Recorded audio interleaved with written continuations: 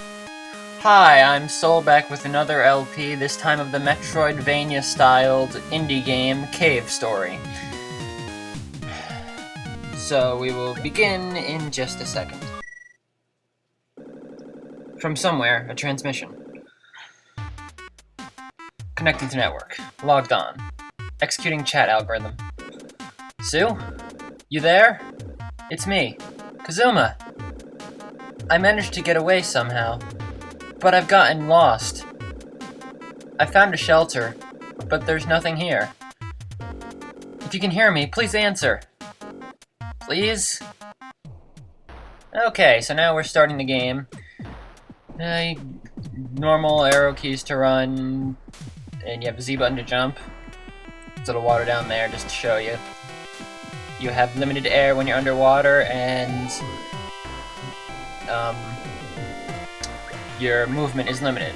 Now, those two items over there are a recovery capsule and a save point. You press down in front of doors and such to activate them, but now we're starting. We're gonna go to the left here. Watch out for those spikes right now, they'll instant kill you. Yeah, this game doesn't pull any punches. But here we go, we already got a life capsule. Our health will be increased by 3. And now we can actually touch those spikes without getting instant killed. But it will nearly kill us, causes 5 damage. So we're just gonna keep on traveling to the cave, avoiding enemies since we can't really attack yet. And we'll see this little cavern. Treat like a door, just press down to enter, and the Hermit Gunsmith. He seems to be asleep. Well, why don't we take a look in this treasure chest, because everyone knows you can just steal in video games, no one will care. You got the Polar Star. This is your first weapon, but from somewhere, a transmission. Searching for user Sue. One user Sue found. Sue! Please respond. They're looking for you. Are you asleep? Your brother is so lonely. Anyway, continuing. Now we have the Polar Star. You see, the most basic gun. It bears the mark of the Polaris. Now, the way weapons work in this game is, well, I'll show you in a second. You can shoot all weapons in all 4 directions, whether in the air or on the ground. Now, at level 1, your Polaris will cause 1 damage to everything.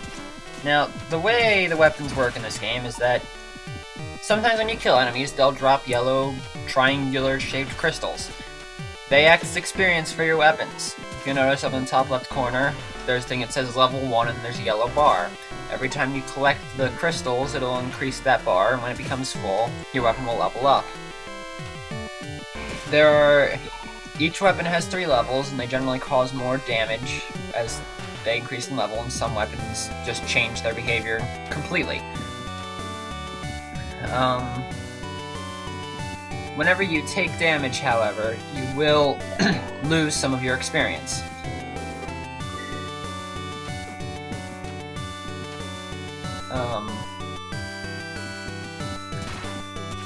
So now you're gonna go and break these blocks with your gun, kill a few more enemies. And now our Polar Star is level 2. I'm gonna kill that door and go through. Sue! Answer me! I'm so hungry. There's nothing to eat and I've been reduced to feeding on cockroaches. Haha, that was a joke. If I have to though, I really will.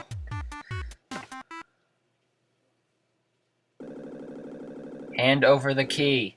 No, I won't. Are you trying to protect Sue? She's a stranger. She's not one of us. Sue's a good person. I'd never betray her. Toroko. When the doctor comes, he'll take someone away again. If we don't turn Sue over, it might be you he takes instead.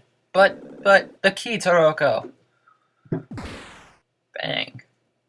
Okay, that was a bit of a delayed reaction. But we're back. Now, I've got to talk some more. What? You're not an enemy? I thought for sure it wasn't on them. I'm king. I'm the number 1 in this village. Not that it means a whole lot with only 6 of us left. Well, I'm gonna stop talking now. I made this text go too fast. Either way. So now, the new version of the Polar Star you got when you leveled it up, and here's another save point. The new version of the Polar Star will shoot 2 bullets while they aren't actually separate. They still count as a single bullet. It'll cause 2 damage instead of 1. Ain't that great, but... Sue? Alright. So the girl in Arthur's house, right? She's living with Toroko. I'm gonna stop trying to read all the text. Dragons that soar the skies? Sounds interesting. Anyway. So now, for a little item that might be useful, we're gonna drop down here, go across these platforms, and open the chest. You got the map system. Okay, now this is one of the more useful items. This will show you all secret paths and such. How? Well, just press W, and you'll open up a map of the area. It doesn't matter how much of the room you've explored, it'll show you the entire area and all secret paths. So that's kind of useful. Also, because I didn't tell you about this before, if you wish to open up your inventory, you press Q. Continuing, well, that's Arthur's house, but as you can probably guess, the door's locked. Well, we can't do anything there, so I might as well continue to explore this village. So now, we're gonna climb back up to the top of here and go to the left.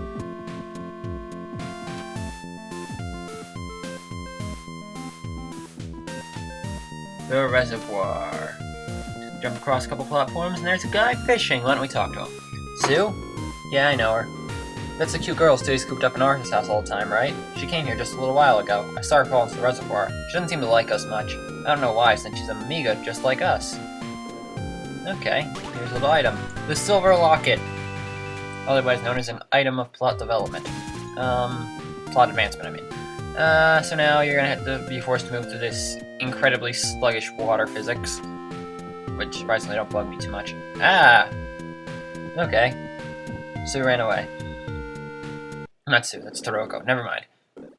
And now we're having another conversation. Bang. Man, King is a wimp.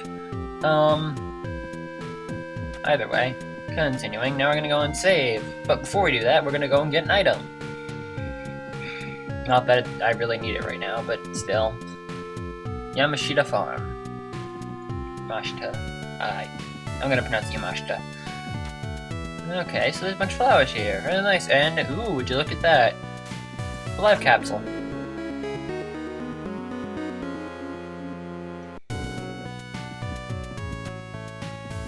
Either way, so now that you've got that, you'll have a total of 9 health.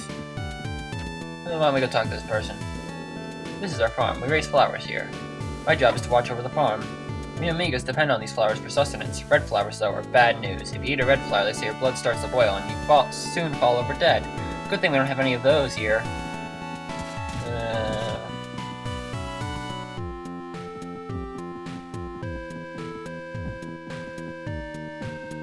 Either way.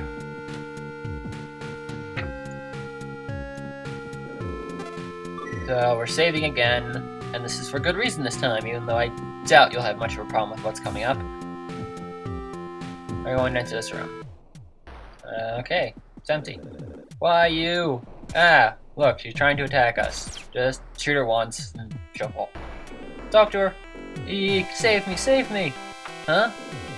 You're not with the doctor? Oh, I'm sorry. You had me worried. The doctor's such a mean guy, popping up in our village and taking us away, sometimes even killing us. Like my brother. He killed my brother. Oh, that's Bender. You found it for me. I'm not gonna stop thinking.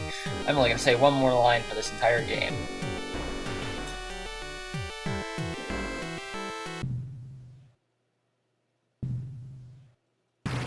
Huzzah! And here we go. Ah, he's got the nose of a bloodhound. Interesting.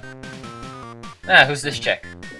In fact, who's that giant toaster-looking piece of soap guy?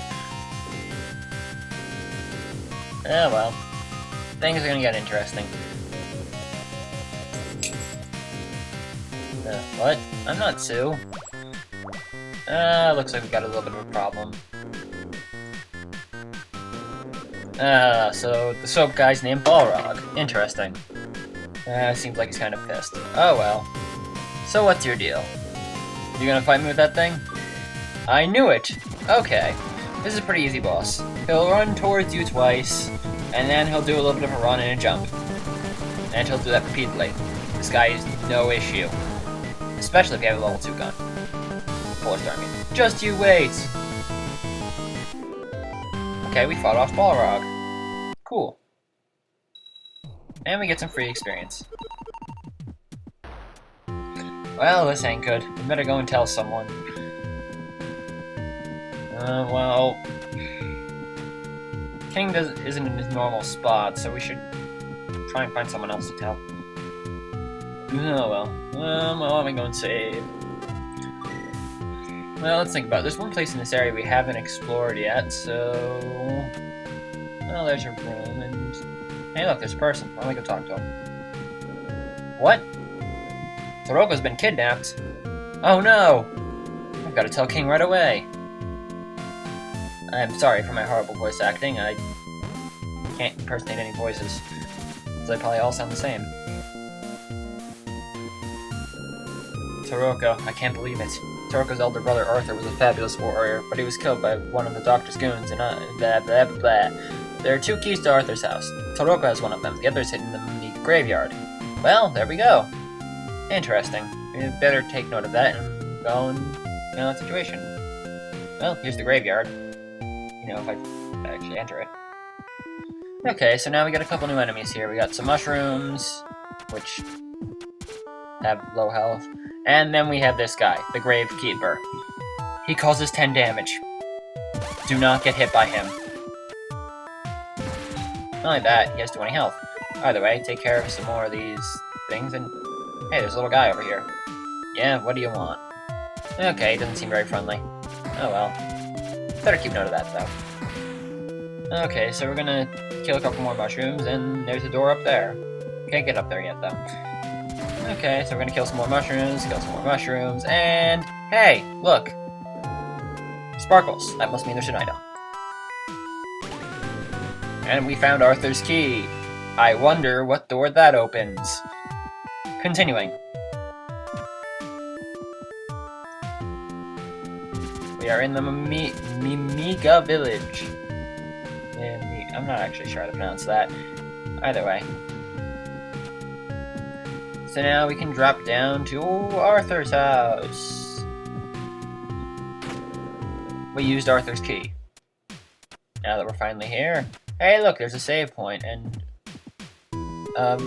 restore capsule and wait. What's that thing at the bottom of the screen? Must not be important. Continuing. Why don't we check the computer here? Words light up the screen.